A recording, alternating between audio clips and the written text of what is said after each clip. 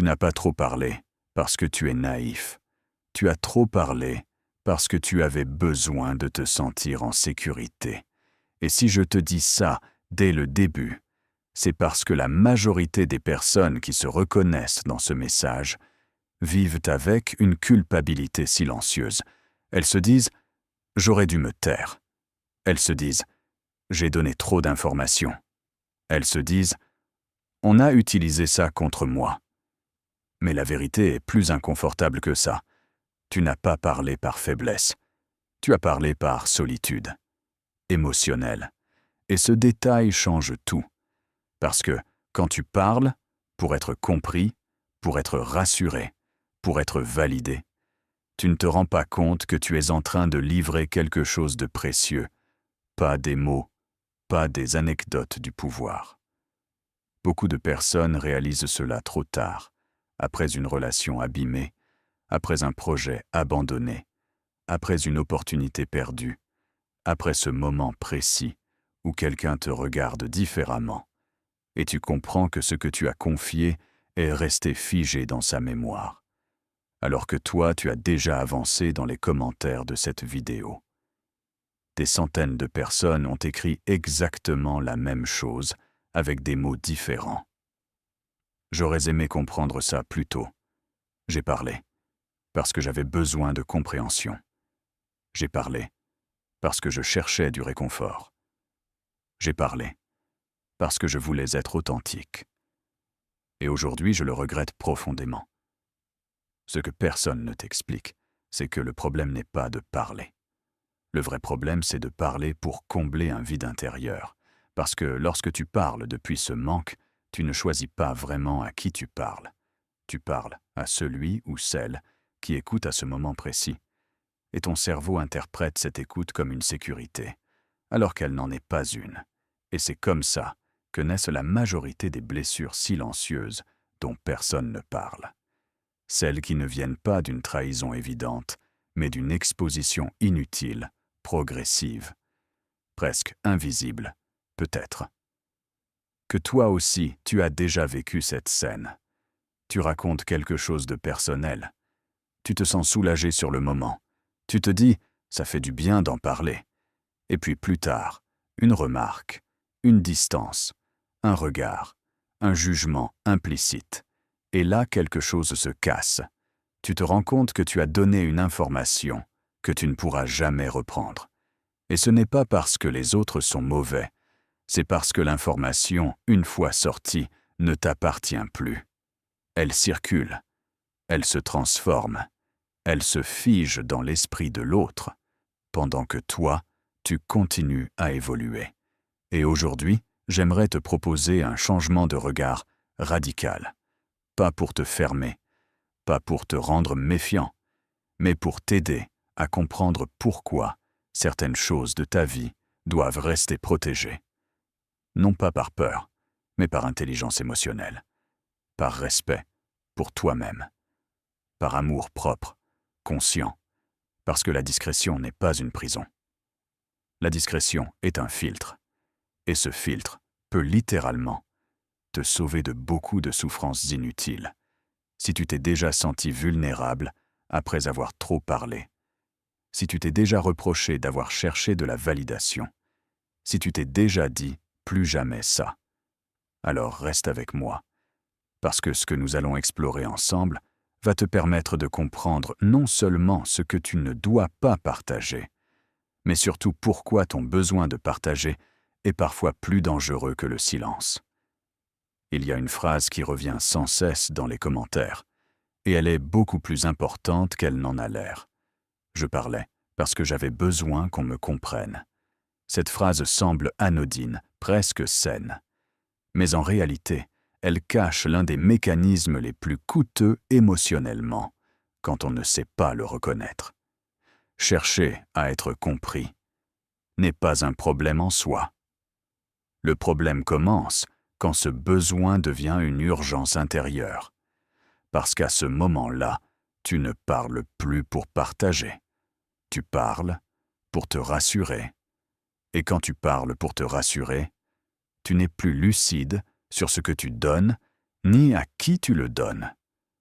Beaucoup de personnes racontent la même chose. Elles expliquent qu'elles ont parlé de leurs projets, de leurs difficultés, de leurs conflits, de leur passé, en pensant bien faire, en pensant être honnêtes, transparentes, humaines.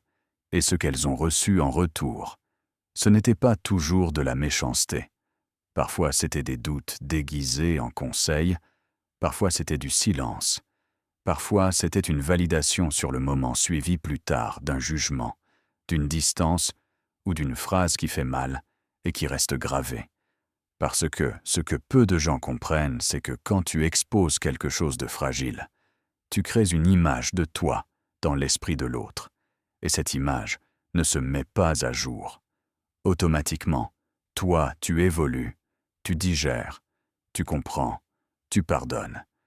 Mais l'image que l'autre a enregistrée reste souvent figée au moment de ta vulnérabilité. Plusieurs personnes l'ont exprimé très clairement. J'ai pardonné, mais les autres non. J'ai avancé, mais eux sont restés bloqués sur cette version de moi.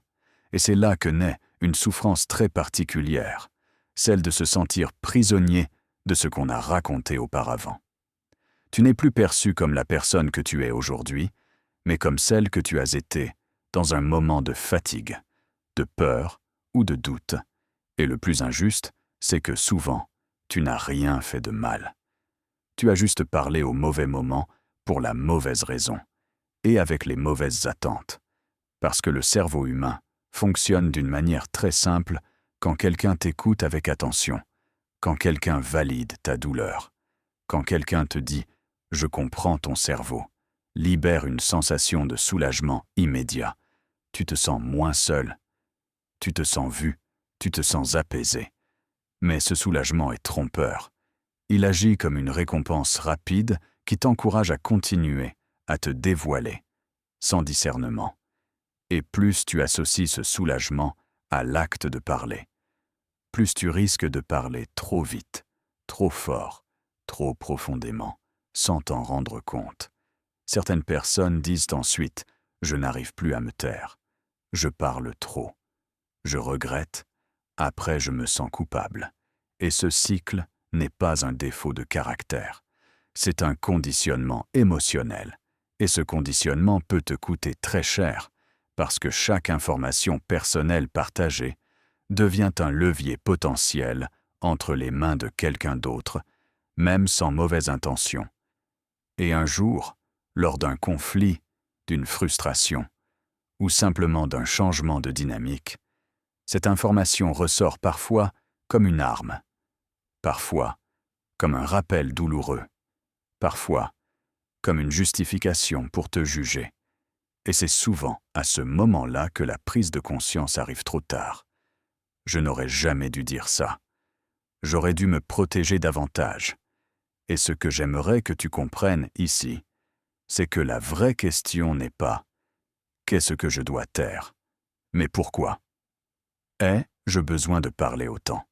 Parce que tant que tu ne comprends pas ce moteur intérieur, tu risques soit de continuer à trop te livrer, soit de te fermer complètement, par peur de souffrir à nouveau, et aucune de ces deux extrêmes n'est saine. La clé n'est pas le silence absolu. La clé est la lucidité émotionnelle. Savoir reconnaître quand ton envie de parler vient d'un besoin de connexion saine, et quand elle vient d'un manque intérieur qui cherche désespérément une validation extérieure. Car dans ce deuxième cas, ce n'est pas une conversation que tu engages. C'est une négociation inconsciente de ta valeur personnelle. Il y a une autre douleur qui traverse presque tous les commentaires et qui fait beaucoup plus de dégâts qu'on ne l'imagine, celle de parler de ses projets trop tôt. Beaucoup de personnes racontent exactement la même histoire. Elles expliquent qu'elles étaient pleines d'élan, qu'elles avaient une idée, un projet, une envie de changement, quelque chose de fragile mais vivant, et qu'elles ont voulu le partager. Non pas par orgueil, mais par enthousiasme, par besoin de soutien, par envie d'être comprises, et ce qu'elles ont reçu en retour. Ce n'était pas toujours une opposition frontale. C'était souvent pire des remarques banales, des doutes déguisés en réalisme, des peurs projetées sous forme de conseils. Fais attention. Tu es sûr que c'est le bon moment. Tu sais, quelqu'un a essayé et ça n'a pas marché. Et petit à petit, quelque chose s'est éteint à l'intérieur. Beaucoup disent « Aujourd'hui, j'ai abandonné mon projet », pas parce qu'il était mauvais, mais parce que j'ai laissé trop de voix entrer trop tôt. Ce qui se passe ici est très précis.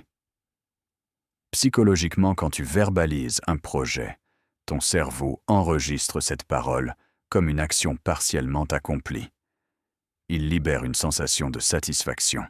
Tu te sens déjà un peu arrivé, et cette gratification prématurée réduit souvent l'énergie nécessaire pour passer à l'action réelle.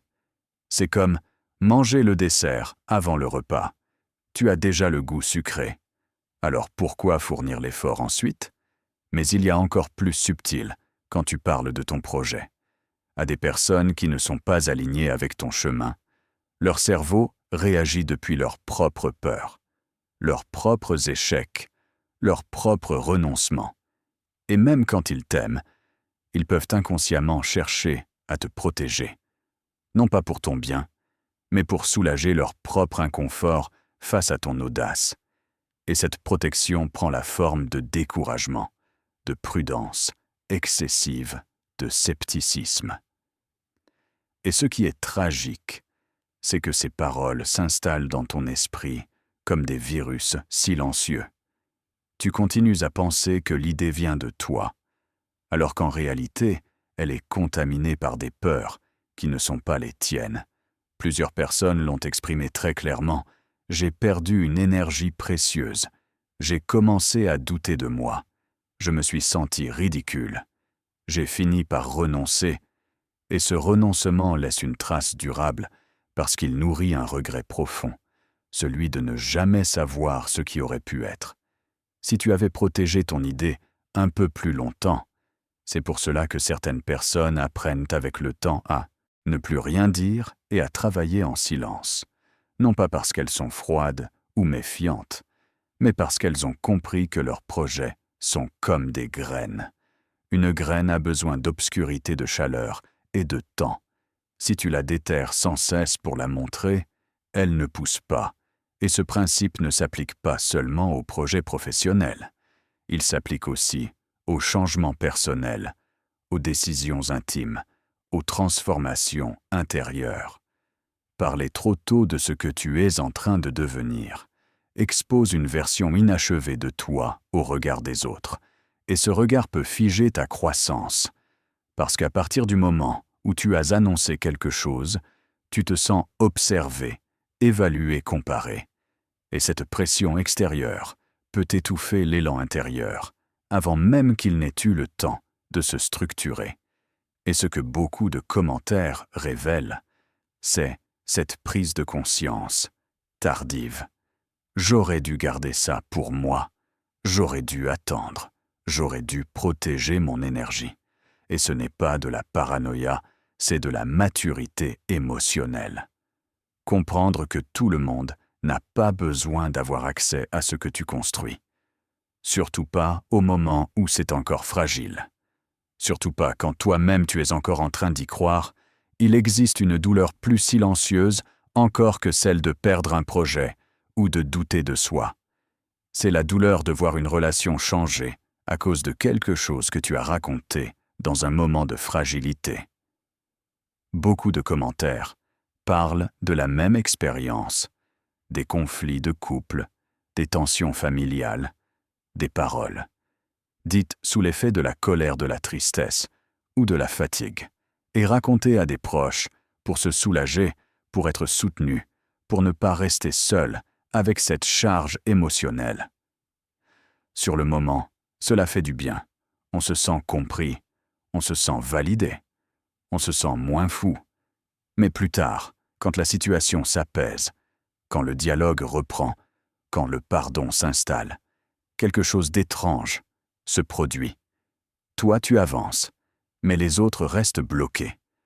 Les personnes à qui tu as parlé gardent en mémoire la version la plus douloureuse, la plus brute, la plus négative de l'histoire.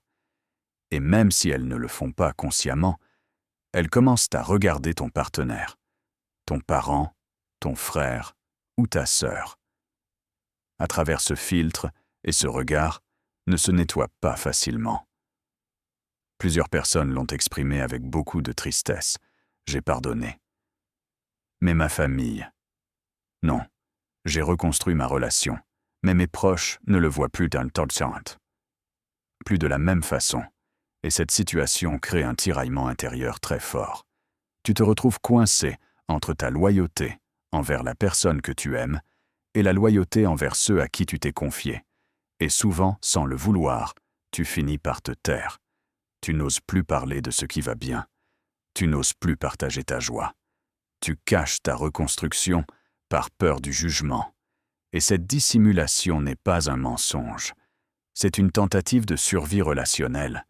Parce que lorsque tu as exposé un conflit intime, tu as créé des témoins de quelque chose qui aurait dû rester dans un espace protégé. Et ces témoins n'ont pas vécu l'évolution émotionnelle que toi tu as vécue. Ils n'ont pas traversé le chemin du pardon, de la compréhension de la nuance. Pour eux, l'histoire est figée au moment de la blessure.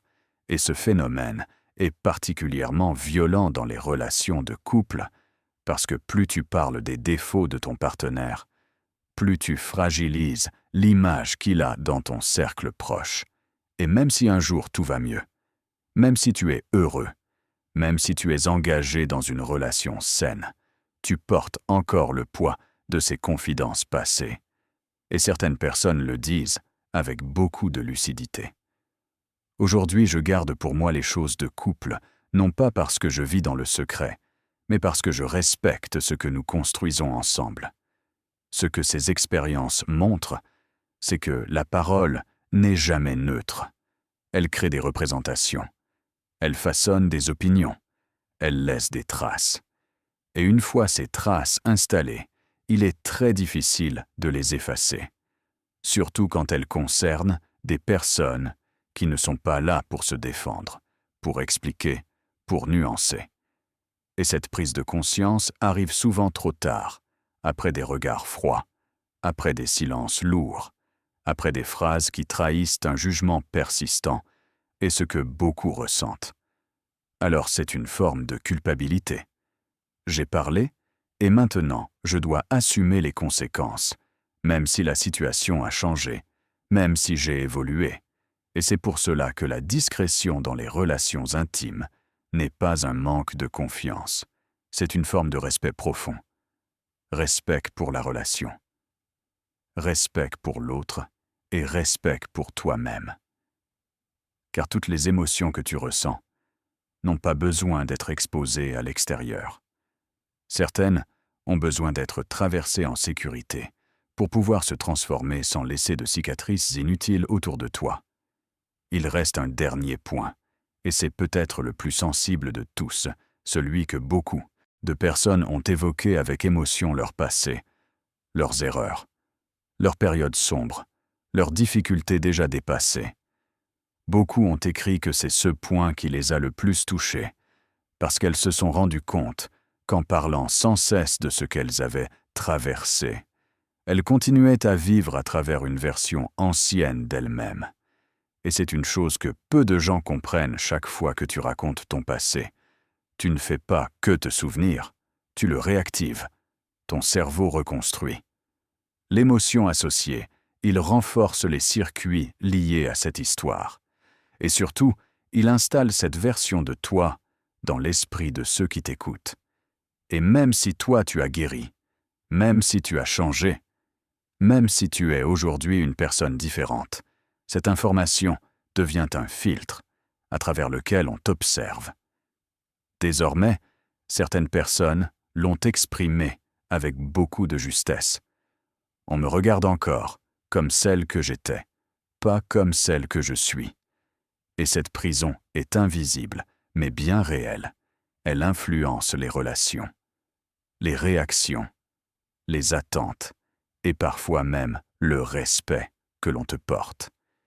Et il y a quelque chose d'encore plus douloureux Partager ton passé avec les mauvaises personnes peut aussi te rendre vulnérable lors de futurs conflits.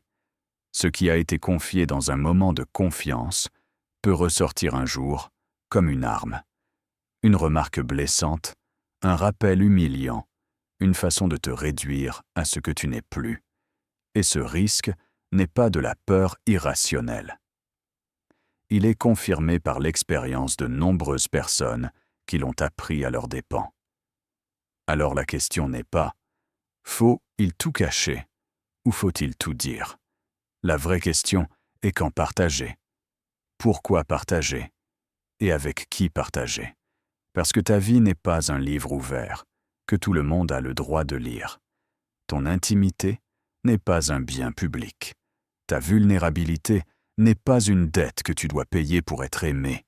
La véritable maturité émotionnelle consiste à comprendre que tu peux être profondément authentique, tout en étant profondément discret, que tu peux être vrai sans tout exposer, que tu peux aimer sans tout raconter, et que tu peux te sentir connecté sans te mettre en danger à chaque conversation.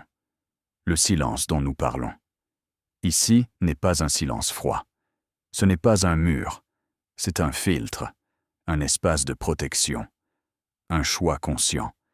Et beaucoup de personnes qui ont commenté ce message disent la même chose aujourd'hui. Je parle moins, mais je me sens plus en paix. Aujourd'hui, je choisis mieux à qui je parle et je me respecte davantage aujourd'hui. Je n'ai plus besoin de validation constante pour savoir qui je suis. Et c'est peut-être ça, la vraie liberté. Ne plus avoir besoin d'expliquer, de justifier, de convaincre. Ne plus ressentir l'urgence de se livrer pour exister, parce que ta valeur ne dépend pas de ce que les autres savent de toi. Ta valeur existe, même dans le silence, même dans l'ombre même, quand personne ne valide ce que tu ressens. Si ce message a résonné en toi, si tu t'es reconnu dans ces situations, si tu t'es dit plus d'une fois, c'est exactement ce que j'ai vécu, alors prends ce moment comme un point de bascule. Pas pour regretter le passé, mais pour changer la manière dont tu te protèges. À partir d'aujourd'hui, observe ton envie de parler. Questionne la douceur. Mais fermement, choisis la lucidité plutôt que l'impulsion. Et rappelle-toi toujours de ceci. Tout ce qui est vrai n'a pas besoin d'être dit. Tout ce qui est ressenti n'a pas besoin d'être partagé. Et tout ce qui a été vécu n'a pas besoin d'être raconté pour avoir de la valeur. Protège ton jardin intérieur avec discernement, parce que ce que tu protèges grandit, et ce que tu exposes trop tôt se fragilise le silence. Quand il est choisi devient une forme de sagesse, et cette sagesse peut transformer ta manière de vivre, de te relier et de te respecter profondément.